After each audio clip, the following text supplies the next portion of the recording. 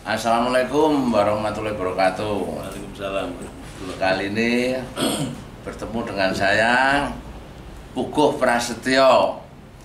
Ini saya berposisi di kantor Dinas Pariwisata, Ekonomi Kreatif, Kebudayaan, Kepemudaan dan Olahraga Kabupaten Gresik bersama Bapak Ketua Pepadi Kabupaten Gresik sekaligus Bapak Kepala Dinas saya. Ini Gresik itu sebuah kota tua yang mempunyai beberapa potensi. Kiranya Bapak Sutadirudi SHMH bisa menjabarkan atau memaparkan apa kiranya dibalik istilah Bandar Gresik. Nah, ini rupanya istilah tinggalan zaman Belanda. Ya. Monggo Bapak Sutadirudi. Matur suwun. Assalamualaikum warahmatullahi wabarakatuh. Waalaikumsalam. Jadi Bandar Gresik ya, yang ada di Gresik ini ada 50 hektar. Jadi 50 hektar itu kota tua, kota Bandar Gresik. Yang pertama itu Bandar Gresik itu nanti pada tanggal 3 bulan Desember kita launching. Kita datangkan Menteri Pariwisata, Ekonomi Kreatif, kita datangkan artis Hardian, terus nanti para wali kota, bupati se-Jawa Timur kita undang.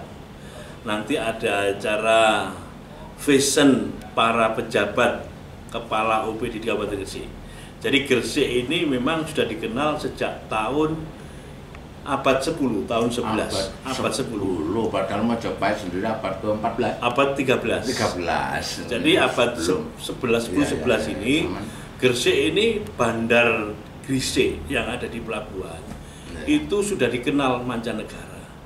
Karena pada zaman jauh sebelum VOC ada namanya Belanda, ada namanya Inggris, dan yang dari Arab itu datang ke Gresik untuk mencari rempah-rempah.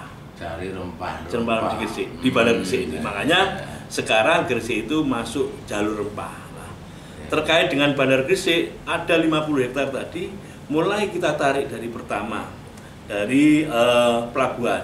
Kita turun keluar ada namanya Makam Nyai Ageng Pinate. Di situ pada abad ke-13. Abad ke-13 sudah ada makam 14 sudah ada makam Nyai Ageng Pinate, itu asal usulnya dari Palembang. Beliau menggantikan bapaknya dagang di Gresik. Nah, setelah itu dagang menemukan kotak yang berisi Raden Paku. Ya, Sunan Giri. Nah, Sunan Giri asal usul begitu. Terus kita tarik lagi keluar, ada namanya Gajah Mungkur. Gajah Mungkur itu bangunan yang dibangun tahun 1860-an lah. Sampai sekarang bagus. Gajah Mungkur dipakai selfie anak-anak. Terus ditarik ke selatan sedikit ada namanya Kampung Kemasan. Kampung Kemasan dulu pada waktu zaman tahun 1880-an itu menjadi kampung yang jual emas. Di sana ada pengrajin kulit dan lain sebagainya. Sampai lalu lalang di sisi antero Nusantara, belum Indonesia, Nusantara. Itu tahun Kampung 18. Kampung Kemasan. Termasuk dalam situs ya, dalam situs kawasan Kota Tua, Bandar Gresik. Ya, Kota Tua.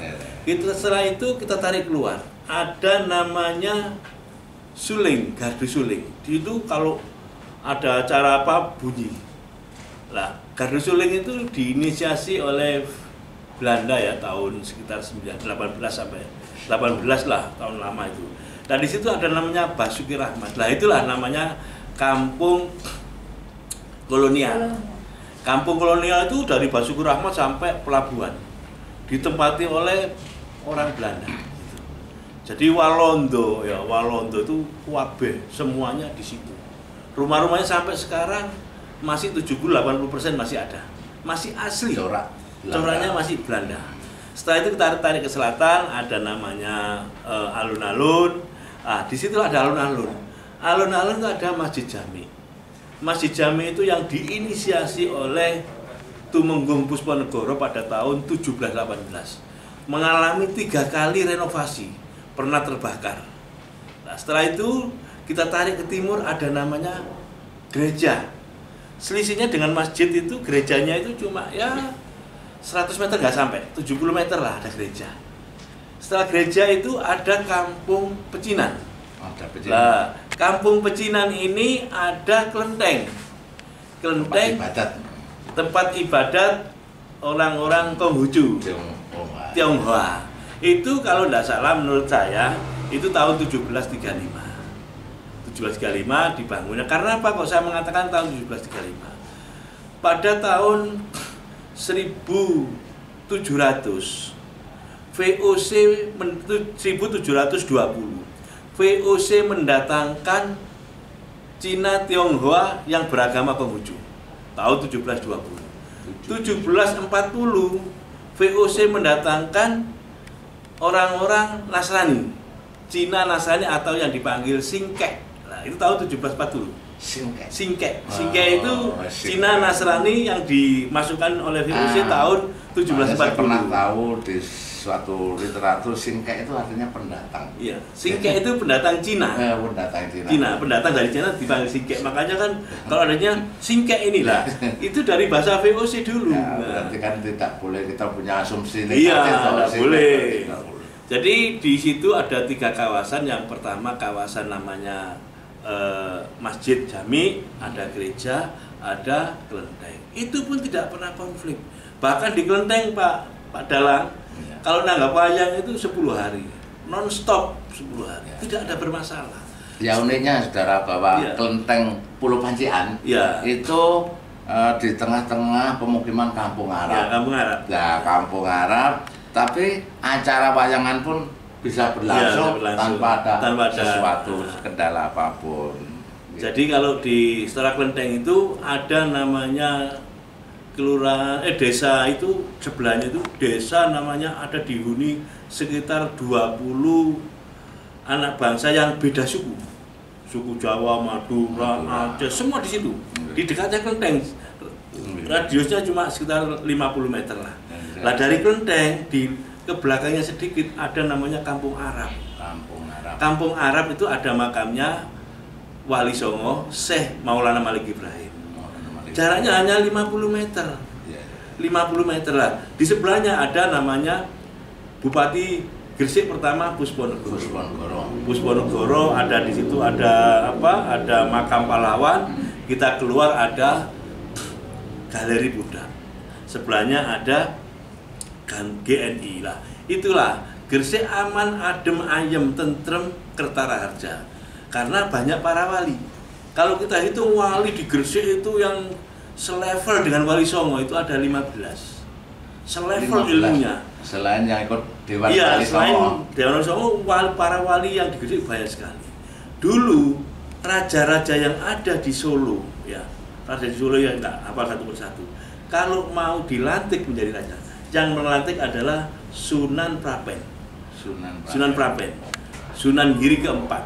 Itu yang melantik para wali-wali yang ada di Jawa Tengah, yang melantik para raja-raja yang di Jawa Tengah, dilantik, datang ke sini dilantik baru jadi raja. Itulah kehebatan Gresik. Makanya Gresik ini disebut kota tua, Pak Dalang. Ya, kiranya gamblang sekali apa yang telah dipaparkan oleh Bapak Sutaji Rudi SHMH, yang mana bahwa Gresik mulai tempo dulu sudah menginspirasi, artinya beberapa unsur yang hidup di suatu kawasan namun tetap berdampingan dan saling menjaga kerukunan, persatuan untuk menuju kesatuan yang utuh. Semoga cikal bakal tadi menginspirasi kita sekarang ke generasi milenial untuk tetap menjaga persatuan dan kesatuan. Ya. Makanya terus Mas Giri. Makanya untuk melestarikan budaya asli Jawa Timuran, Gresikan, kita nanti ada dalang-dalang cilik. Ya, dalang-dalang cilik ini biar tidak putus dalam pucak. Ya. Karena wayang itu bukan tradisi dari zaman Majapahit, enggak. Wayang itu yang di Nusantara ini tradisi daripada para wali. Ya. Baik Sunan Gresik, Sunan Giri, Sunan Kalijogo, Sunan Bonang. Itu yang menginisiasi. Memasukkan Islam kalau sekarang sih gampang, kalau dulu kan susah. Harus lewat kesenian-kesenian, makanya nanti kita adakan dalang-dalang cilik yang pertama. Yang kedua, ada namanya mocopat. Mocopat sudah hampir hilang ini.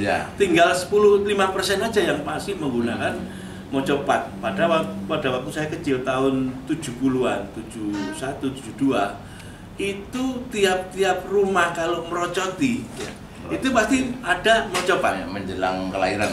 Menjelang kelahiran ada mocopat. Nah, inilah nanti tahun 2023 saya dibantu Pak Dalang untuk mengadakan pembinaan belajar mocopat bersama dengan anak SD, SMP, SMA. Biar ini tidak putus. Nanti saya dengan teman-teman Dinas Pendidikan mau saya kumpulkan anak-anak adik-adik kita yang SMP, SMA, kita ajari mocopat. Baik mocopat versinya Pak Amin, Gagrak Gresik, maupun versinya Pak Mat Kauli. Ini ada dua versi, tapi sama-sama, hampir mirip. Gegrek Gresik itu kan ada remnya itu. Gitu Pak Dalang Pogo. Matur nuwun sekali atas tambahan paparan dari Bapak Sutaji Rudi. Semoga budaya yang berada di Kabupaten Gresik ini tetap lestari dan dapat terwarisi oleh para generasi, termasuk mocopat Gagrak Gresikan tadi. Busana saking kula, cekap semanten santen toya klapa, cekap semanten piatur kula. Matur suwun. Nggih. Wassalamualaikum. Waalaikumsalam warahmatullahi wabarakatuh.